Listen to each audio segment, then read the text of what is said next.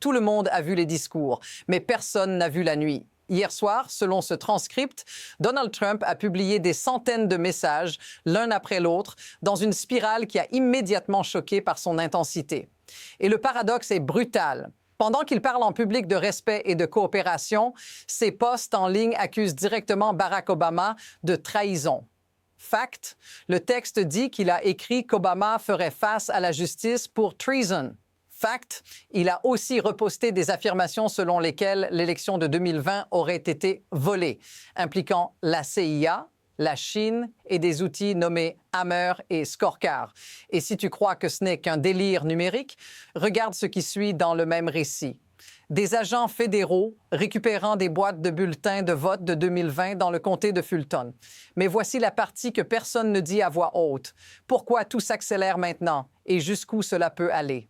Ce que tu vois ici n'est pas présenté comme un incident isolé. Dans ce récit, tout est décrit comme un schéma qui se répète, un président qui martèle la même obsession encore et encore autour de 2020. Fact. Le transcript affirme que Trump a posté que l'élection a été volée et que la CIA aurait coordonné une opération avec la Chine. Fact. Il est aussi dit que Trump a accusé l'agence et le FBI d'avoir couvert cela pour installer Biden comme puppet. Et c'est là que la question se retourne contre toi directement. Qu'est-ce que ça signifie quand ce genre de message vient du sommet du pouvoir? Parce que ce n'est pas juste une opinion lancée dans le vide. Dans ce même texte, on décrit une administration qui agit, pas seulement qui parle. Notice ce qu'il ne nie pas dans ce récit: la multiplication des postes, la radicalité des accusations et la mise en scène d'un ennemi intérieur. Maintenant, watch how fast this escalates. Parce que ce transcript ne s'arrête pas aux mots. Il bascule vers des scènes concrètes, des agents, des boîtes, des entrepôts. Et si ce moment n'était pas une enquête ordinaire, mais un test de pouvoir en direct, à ce moment-là, le récit franchit une ligne, parce qu'on ne parle plus seulement de publication, on parle d'une action sur le terrain. Fact, le transcript cite un reporter, Greg Bluestein, disant être sur le site des bureaux électoraux du comté de Fulton pendant que le FBI confirmait une activité autorisée par un tribunal. Fact. Il est aussi rapporté que des agents fédéraux récupéraient des boîtes de bulletins de l'élection de 2020 dans un entrepôt. Et c'est là que l'histoire se retourne. Pourquoi revenir à des bulletins vieux de plusieurs années maintenant? But here's the part nobody is saying out loud. Dans ce récit, Trump ne se contente pas de répéter que 2020 était truqué. Il agit comme si cette bataille n'était jamais terminée. Inférence. Cela peut signaler une stratégie politique, pas seulement une obsession personnelle, garder le pays dans un état de conflit permanent autour de la légitimité. Et puis, un détail visuel est souligné. Tulsi Gabbard, directrice du renseignement national, décrite à l'extérieur avec des boîtes près du centre électoral. Notice what they didn't deny. L'idée qu'un État américain soit évoqué dans le même souffle qu'une opération contre une nation étrangère. Et si ce n'était pas seulement une crise de communication, mais une escalade dans la manière même de concevoir l'autorité? Maintenant, le transcript accélère encore parce qu'il introduit une autre couche. La cible ne serait plus seulement des institutions, mais des communautés entières. Fact. Le texte affirme que Dr. Oz aurait lancé des opérations à Los Angeles en pointant du doigt la communauté arménienne. Fact, il est rapporté qu'il serait allé dans une boulangerie arménienne et aurait déclaré « This is where the fraud is committed ». Et là, c'est un mécanisme ancien qui réapparaît. But here's the part nobody is saying out loud. Dans ce récit, l'accusation n'est pas dirigée contre un individu précis, mais contre une identité collective associée à la fraude et au crime organisé. Fact. Le transcript cite Dr. Oz parlant de Russian Armenia Mob et de Dialect of Mobster and Mafia. Inférence. Cela peut fonctionner comme un outil politique classique, créer des ennemis visibles, simplifier une réalité complexe en un récit de menace. Et le texte insiste, ce playbook aurait déjà été utilisé contre d'autres groupes, notamment la communauté somalienne au Minnesota.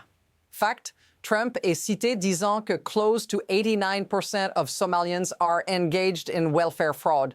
Notice what they didn't deny. La violence de ces généralisations et leur pouvoir de fracture.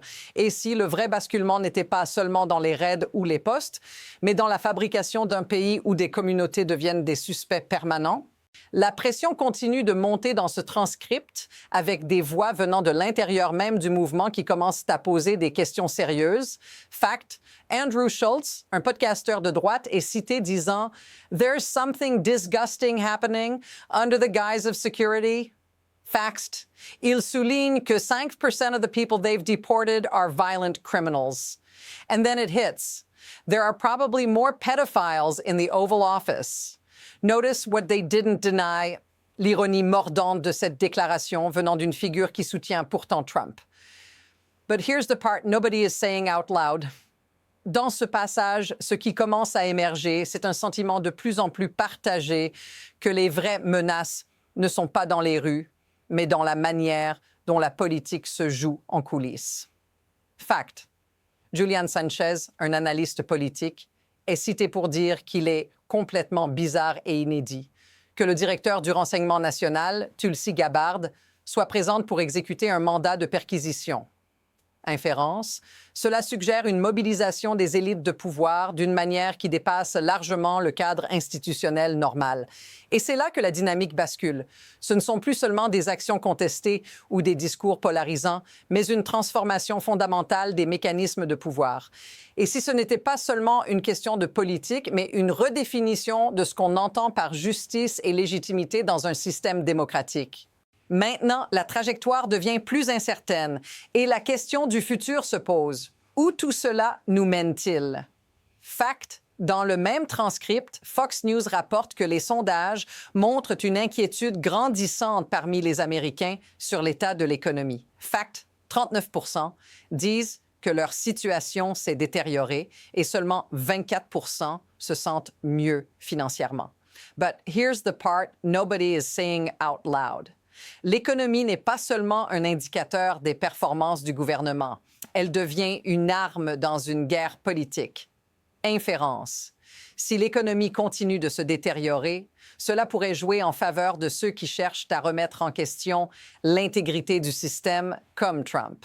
Et si la montée de l'incertitude économique alimentait une rupture plus large dans la politique américaine? Cela pourrait être un terrain fertile pour un discours radical qui cherche à exploiter les fractures sociales. Fact. Le transcript mentionne que l'approbation de Trump parmi les Latinos a chuté de plus de 20 points. Ce n'est pas juste une défaite politique, c'est une remise en question profonde du contrat social. Notice what they didn't deny, que la stratégie d'extrémisme sur les questions d'immigration a créé un fossé gigantesque, non seulement avec les électeurs modérés, mais aussi avec des groupes spécifiques comme les Latinos. Et si ce n'était pas un simple échec électoral, mais un point de bascule où l'opposition prend la forme d'une résistance plus systémique?